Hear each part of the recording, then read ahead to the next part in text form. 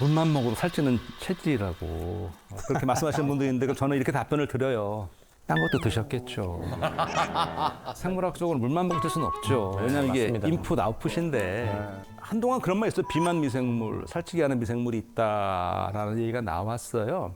일단 비만 미생물이라는 게 이 밝혀지는 과정이 어떻게 된 거냐면요. 2006년에 유명한 그 연구자가 이런 실험을 했어요.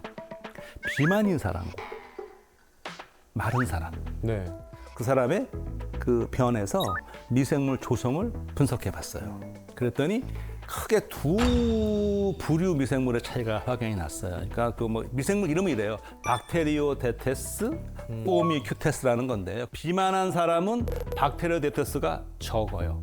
그리고 포미큐테스가 많아요. 마른 사람은 그 반대예요. 그러니까 오 이거 얘네 때문에 이런가? 라고 생각을 해서 그다음에 다이어트를 한번 이렇게 해봤어요. 실제로 얘네가 줄면서 균형이 맞더라는 거죠. 오 그러면 맞네. 얘네가 비만하는 게 맞네라고 생각하기 쉽죠. 네. 그런데 이게 상관성은 발견이 됐지만 이게 비만의 원인인지 결과인지는 알 수가 없죠. 그러니까 얘가 많아서 살이 찐 건지 살이 쪄서 얘가 많아진 건지 그러니까 인과관계 밝히기 쉽지 않거든요. 인과관계 밝히려면 어떻게 해야 돼요? 그러면 문제의 세균을 줬을 때 살이 쪄야 돼. 쪄야겠죠. 네. 네. 무균쥐한테 이 뚱뚱하다고 예상되는 그 세균을 만을 줘봤어요. 그럼 일단 확실하잖아요. 비만균을. 확실하죠. 그랬더니 오 쪄요? 쪄요. 확실하네. 와. 근데 항상 문제는 동물 실험만 갖고 우리가 그대로 적용할 수는 없거든요. 그러다가 2014년에 영국의 한 여성이 C.D4가 자꾸 장염이 재발해가지고 자기 딸의 분변으로 대변 이식을 받았어요. 16개월, 그러니까 한 1년 반이 채 안 되죠? 지나고 났더니 15kg가 늘었어요. 와. 3년 지나니까 80kg 됐어. 많이 줬다. 왜 살이 쪘을까요? 그 딸이 그 비만균을 가지고 있던 거 아니에요? 그렇죠. 이렇게 충분해 볼 수 있죠. 그럼 딸 한번 볼게요. 네. 분변 이식할 당시 딸이 16살이었어요. 네. 몸무게가 63kg쯤 나갔어요. 그러면 거기구나. 적게 나가는 건 아니었죠. 그러니까 분변 이식을 통해서 이 소위 말하는 비만균이 옮겨갔겠구나라고 생각해 볼 수가 있어요. 영지 씨 질문 있으세요? 그 이제 장내에서 그 비만균이 발견이 됐잖아요. 네. 그럼 딱 그 비만균만 찾아서 죽이는 약을 개발을 하면 살이 안 찌지 않을까요? 그렇죠. 그것만 없애. 초반에 몇 개 할 때는 됐는데 네. 표본 수가 늘어나면서 서로 데이터가 이게 상충되는 경우가 너무 많은 거예요. 그러니까 어떤 경우에는 이게 많으면 원래 살이 쪄야 되는데 아닌 경우가 있고 이러면 원래 말라야 되는데 이게 찌는 경우도 있고 너무 절망적이다. 절망이 아니고요. 왜냐면 이제 평생 숙제니까. 평생 숙제니까. 장 속에 미생물이 얼마나 종류가 있냐면 거의 천종 종류가 종수로 그렇게 있어요. 역시 관계예요. 그래서 지금 이 현대 미생물학을 밝혀낸 거는 비만균을 지정하는 거는 아직 좀 위험해요. 섣부르고. 근데 비만이 되는 관계 그런 상황은 있어요. 사람마다 다 지금 조성이 다르거든요. 딱 정의를 내릴 수는 없는. 예, 그러니까 이것만 비만균이다. 마치 뭐 콜레라균, 뭐 장티푸스균 이렇게 비만균을 지목하는 거는 불가능한 상황이죠. 아쉽다. 아니면은 이거 근데 학교 좀 술렁일 것 같은데요. 어디 한번 얘기해 보세요. 야, 한번 덤벼볼게요. 네. 만약에 그렇다면 여러분, 마른 사람의 배변을 우리가 받아서 내 장에 이식을 해본다면 그렇다면 어떻습니까, 선생님? 그건 지금 법적으로 안 되죠. 죄송합니다. 절 범죄에서 구해주셔서 감사합니다. 범법을 할 뻔했네요. 혹시나 그러면은 왜 아무리 먹어도 살 안 찌는 친구가 한 명씩 있잖아요. 맞아요. 직장이고. 그러니까 그 사람들의 그 대장의 환경을 그대로 우리가 또 갖고 온다면 혹시나 특히 기본적으로 장내 미생물뿐이 아니고요. 네. 체질이라는 게 있잖아요. 체질 무슨 얘기냐면 기본적으로 기초 대사량이 높은 사람이 있어요. 예. 그 다음에 더해서 이제 음식과 다음에 이제 그 장내 미생물의 조화로 되는 거니까 그렇게 어느 하나만 짚어서 지목하는 거는 불가능하고 근데 조금이라도 덜 먹는 게 맞네요. 운동을 해야 돼. 그냥 덜 먹고 운동하고 적당히 먹고. 다만 이건 있어요. 우리가 뭘 먹잖아요. 우리만 먹는 게 아니에요. 장내 미생물 생태계가 건전해져야 내 장이 편해지는 거거든요. 그러니까 먼저 얘네가 좋아져야 돼요. 아. 얘네한테 좋은 먹이를 줘야 돼. 그럼 얘네한테 좋은 먹이가 어떤 거냐? 우리가 소화를 잘 못하는 게 얘네한테 좋은 거죠. 얘네도 먹을 게 썰을 거잖아요. 자, 그러면 입에서 밥을 씹으면 벌써 입이 달달해집니다. 입에서부터 벌써 탄수화물은 소화가 되고 있어요. 그만큼 우리한테 좋은 에너지원이 되기 때문에 이거는 우리한테 휘발유에 해당하는 거기 때문에 빨리 써야 되기 때문에 탄수화물. 그런 다음에 쫙 소장하고 쫙 흡수해요. 그러니까 탄수화물 이런 거는 다 흡수를 해요. 네. 쭉 가 대장으로 가면 대장에 미생물이 제일 많은데 글로 가면은 얘네는 다 우리 흡수하고 없죠. 역사를 보세요. 언제 이 민중 봉기가 일어나느냐? 딴 거 없어요. 먹을 거 없으면은 봉기 일어나는 거예요. 그러면 문제가 생겨요. 자, 그러면 평소에 어떻게 줘야 돼? 얘네 먹을 걸 좀 줘야 돼. 뭡니까? 걔네 뭐 먹어요, 그래서? 그러니까 우리가 소화 못하는 뭐 거, 먹는 거, 뭐 소화 먹어요? 못하는 거, 소화 못하는 흔히 게 말하는 뭐가 있지? 식이섬유라는 거 있잖아요. 그 어떤 동물도 셀룰로즈, 섬유질은 소화를 못해요. 초식동물도 못해요. 초식동물은 걔네가 하는 거 아니에요. 위 속에 사는 미생물이 해주는 거죠. 고기 같은 거 중에는 없습니까? 어느 거요? 고기 같은 거요. 없습니다. 죄송해요. 그냥 지금 배가 고프셔가지고 힘줄. 계속. 힘줄이 얼마나 센 줄 아세요? 힘줄 대장까지 갈 수 있을걸요. 아닙니다. 다 흡수합니다. 해보지도 않고 포기하지 마. 힘줄 먹어볼 수 있잖아. 어쨌든 그 이유가 바로 그거예요. 적당히 그걸 먹어줘야만이 얘네도 먹고 살 게 있거든요. 우리도 먹고 얘네도 먹여주자 하는 거죠. 이 미생물 얘기하다 보니까 아까 우리가 좀비 얘기 나왔었잖아요. 네. 네. 좀비는 없지만 숙주를 조정하는 미생물은 있어요. 숙주의 행동을 조정하는 미생물. 시드넘 무도병이라는 건데요. 시드넘 무도병. 1686년에 영국의 의사 시드넘이라는 사람이 처음에 이제 이거를 발견해서 이렇게 이름을 붙인 건데요. 보통 청소년 10대 아이들에서 이제 이게 많이 나타나는데 정말로 막 이렇게 막 꺾고 막 춤추고 막 자기 막 움직이고 막 가만히 못 있고 막 이러는 거예요. 그러니까 마치 이제 흡사 좀비 마냥 그러다가 이제 푹 떠서 또 자고 또 일어나도 멀쩡하고. 다행히 애때 발병을 하지만 뭐 가끔 하지만 그렇다고 이게 뭐 그것 때문에 이렇게 뭐 사망하거나 그러지는 않았어요. 너무 힘들겠다. 우리가 아는 유명한 사람 중에 이 앤디 워홀이라는 파바티스트. 사람도 이거 걸려서 뭐 학창 시절에 뭐 놀림도 많이 받고 그래서 이제 대신 집에서 아주 그 극진하게 같이 잘 보살폈고 그 보살필 때 캠벨 숲을 뭐 많이 먹었다고 그러더라고요. 그래서 그 사람이 그 유명한 그림이 그 캠벨 통조림 그 많은 이유가 이제 그때야 추정을 하는데 이게 사실 처음에는 어떤 정신적인 충격 뭐 이런 트라우마 때문에 걸리지 않나 생각하기 쉽잖아요. 접근을 그렇게 먼저 했었을 그렇게 것 먼저 같아요. 당연히 할 뭔가. 수밖에 없었겠죠. 근데 저희 심리학에서도 무도병, 다양한 무도병 기록들이 있는데요. 네. 대부분 이제 아주 심리적인 문제만으로 무도병이 걸린다. 네, 그런 거는 사실은 존재하기 어렵죠. 하드웨어적 문제라고 봐야 돼요. 하드웨어적인 문제. 그렇죠. 이게 결국 어떻게 되는 거냐면은요. 시간이 지나면 19세기쯤 오니까 이 시드넘 무도병이 뭐가 자꾸 연관이 되냐면 급성 류마티즘과 연관이 되는 거예요. 그래서 20세기에 와서 비로소 원인이 밝혀졌는데요. 연쇄상 구균이라는 게 있어요. 사슬처럼 쭉 구슬 붙어가서 구균 동그랗다는 거거든요. 특정 연쇄상 구균이 감염으로 무도병이 발생하는 거예요. 그러니까 얘가 그 증세가 나타나면 일종의 얘가 그 면역 반응이 자가 면역 같이 돼가지고 그런 신경에 문제가 생기면서 아까 말씀하신 하드웨어적 문제가 생기는 거죠. 왜 그게 감염이 되는 거예요? 네, 그러니까요. 왜 감염이냐고요? 네. 어떻게 감염이 돼요? 방식이.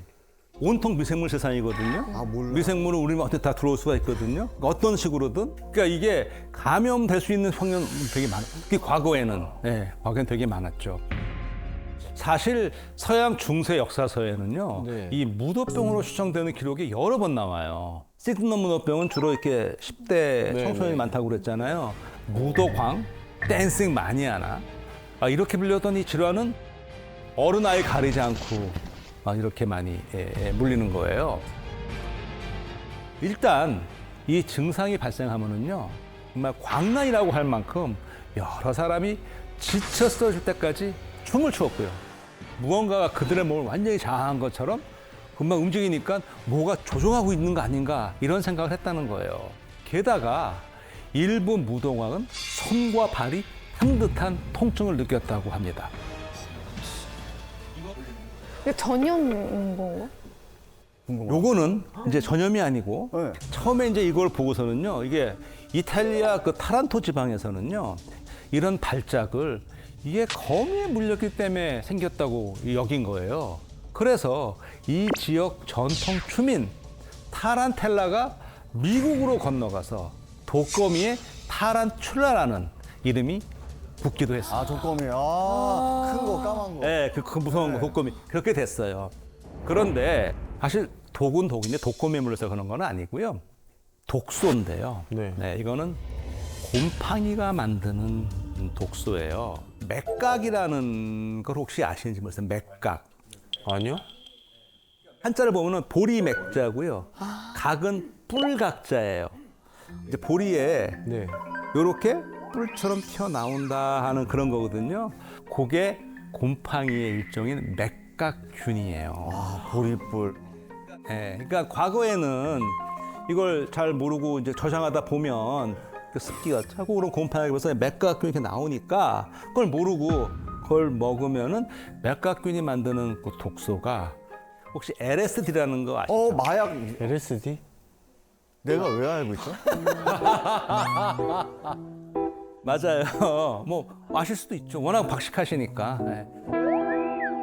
맥각에서 나오는 이 독소가 LSD를 만드는 원료이기도 해요. 역사 속에 있는 무도가 연수단 부근의 감염에 의한 것인지 또는 독에 의한 건지 뭐 유전적인 건지 그걸로 볼 수는 없지만 기본적으로 미생물에 의해서 그런 막춤을 출 수가 있다는 거죠. 네. 자, 혹시 이런 거 가끔 보시는지 모르겠어요. 흰 줄눈 사이에. 홍색이요? 네, 여기 보면 네. 깨끗하시네요 집이. 아 그래요? 저희 집 맨날 있어. 아 묻어. 혹시라도 화장실에서 저렇게 불구슬한 게 보이면 지금 세균 무리가 자라고 있는 거예요. 네. 세균이요. 아, 저 세균 친구가 그 구석대기 이렇게 줄눈 같은 데만 있나요? 아니면은 변기에도 있나요? 변기에도 있어요. 아, 그죠? 변기에도 있고 세면대에도 보시면 물 내려가는 데 있고 주변에 보시면 그것도 이렇게 좀 불구스러질 때가 있어요. 저거 생기는 거거든요. 저 친구들은 정체가 뭡니까? 세균입니다. 그냥 세균이에요. 네. 세레시아 마르세센스라는 세균인데요. 뭐라고요, 선생님? 세라피아 마르세센스. 방금 쎄쎄쎄라고 하신 것 같은데. 이게 창자에도 있고요. 건강한 사람 몸에 다 누구나 갖고 있는 거예요. 네. 그러니까 쟤는 따뜻한 거 좋아하고 촉촉한 거 좋아하고 습한 거 화장실에 좋아하고.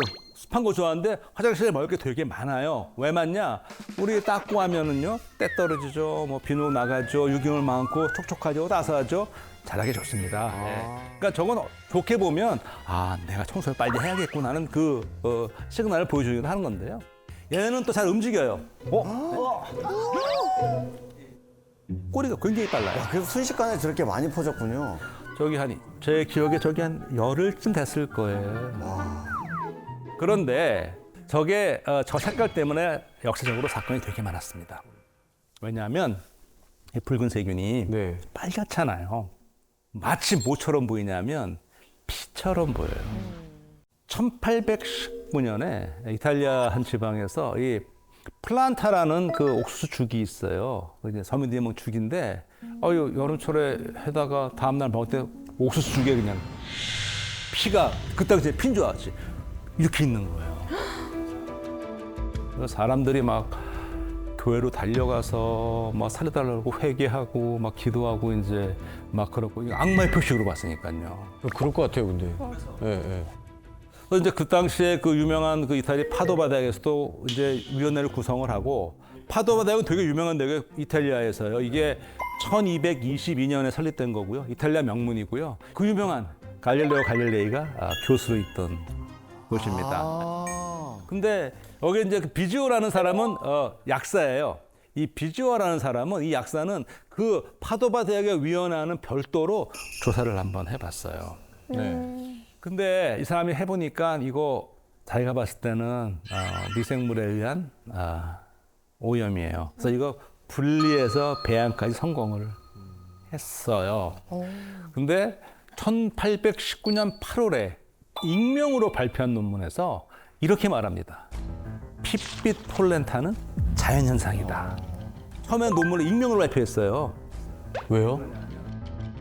왜 그러냐면 그 당시에 이런 걸 자꾸 섣불리 발표했다가는 까다가다는 이게 생명까지 위협받을 수 있는 좀 악마의 표시고 되는 건데 저거를 분리해서 키웠더니 이런 거 했다가는 큰일 날 수가 있거든요. 그러는데 가만히 있다 보니까 지금 다른 연구한 사람이 이걸 발표하려고 그러니까 이 사람이 자기가 발표를 해요. 4년 뒤에 사실은 그게 나야. 이 미생물이 그 이후에 굉장히 여러 가지 용도로 쓰여요. 이게 지금 원래 악마의 저주였잖아요. 네. 그런데 이게 19세기에 와서는 약으로 또 쓰입니다. 약이요? 약으로. 저렇게 예. 뻘건 게요? 빨간 게 어떻게 되냐면요. 1890년대에 콜리라는 사람이 이 한 암 환자에 주목을 했어요. 이 사람이 심한 그 피부병을 한번 앓았어요. 근데 심한 피부병을 앓고 나서 암이 났어요. 그래서 콜리가 생각할 때 저 피부병을 걸려서 어떤 역할을 해서 이걸 치료했다라고 추정을 한 거예요. 그러면 이 세균으로 한번 치료 만들어 보자. 주변 사람들은 말렸어요. 왜냐하면 그 검증도 안 되는데 그렇게 하는 게 말이 안 되니까. 그래도 이 사람은 했어요. 그래서 어떻게 만들었냐면 아까 제가 말씀드린 빨간 세균 세라티아 마르세센스를 주축으로 해서 이거를 만들어서 근데 그 당시까지 저 세균은 인체에 무해하다고 생각했어요. 인체에 병을 안 일으킨다. 병은 안 일으키는데 저걸 주면 암을 죽인다. 암을 죽일 수 있을 거다라고 해서 이거를 시도를 했어요. 일부는 효과가 있고 효과가 늘 나오는 건 아니었고. 근데 이게 사실 지금 와서 보면은요. 그 당시에는 전혀 몰랐겠지만 이 세균이 들어가서 면역 기능을 확 올려줘가지고 얘네가 암세포를 치료. 제거하게 할 수 있고 지금 사용하는 방법 중에 하나예요. 그거의 원조가 된 거예요. 콜리가 바로 종양 면역 치료의 선구자가 된 거죠. 바로 저 빨간 세균을 가지고. 그런데 이 빨간 세균이 또 정말 또 기막히게 활용이 됐어요. 뭐야? 빨갛잖아요. 네. 한 번은 영국 의회에서 그 의원들이 독감에 많이 걸린 거예요. 네. 그래서 이제 한 미생물학자가 도대체 이게 얼마만큼 사람에서 퍼져나가는 것을 보기 위해서 바로 세라티아 마르세센스 용액을 입에다 물고 가글을 묵 한 다음에 뱉고 그 의회 맨 앞에서 셰익스피어의 문학 작품을 쫙 한번 읽었어요. 그리고 의회 저 구석구석에다가는 세균 키우는 거 보여드렸죠? 그 네. 배양 접시 그거를 쭉 놔뒀어요. 네. 어디까지 가나 봤어요. 얘가 어디까지 갈 수 있는가. 와, 대단하다. 목숨 걸었구나 또. 굉장히 멀리 가더라는 거예요. 이렇게 확 나가면 그 타고선 가더라는 거예요. 그래서 이때부터 이 빨간 세균이 뭘로 쓰이느냐? 이런 추적하는 표지 미생물로 쓰이는 거예요. 야, 얘가 어디 가면 생기겠구나. 이렇게 막 쓰였어요. 그런데 이게 이제 1970년대로 오면서 60년대 말부터 얘네의 잠재적 병원성이 이제 밝혀지는 거예요. 그러니까 이거 얘네들도 늘 그래요. 몸이 좀 약해진 사람들한테는 들어가면은 얘가 잘하면 감염을 일으키면 증세를 일으키니까 그래서 더 이상 그때부터는 인체 실험용으로. 그런데 세라티아 마르세센스가 만드는 그 색소 이름이 빨간색이건데 그 이름이 프로디지오신이에요. 프로디지오신이 지금 항균 작용도 규명이 됐고요. 저게 말라리아 예방 효과도 있다고 좀 밝혀지고 있어요. 그래서 최근에는 실제로 저 프로디지오신을 가지고 항암, 그러니까 암 치료제 개발도 하고 있어요.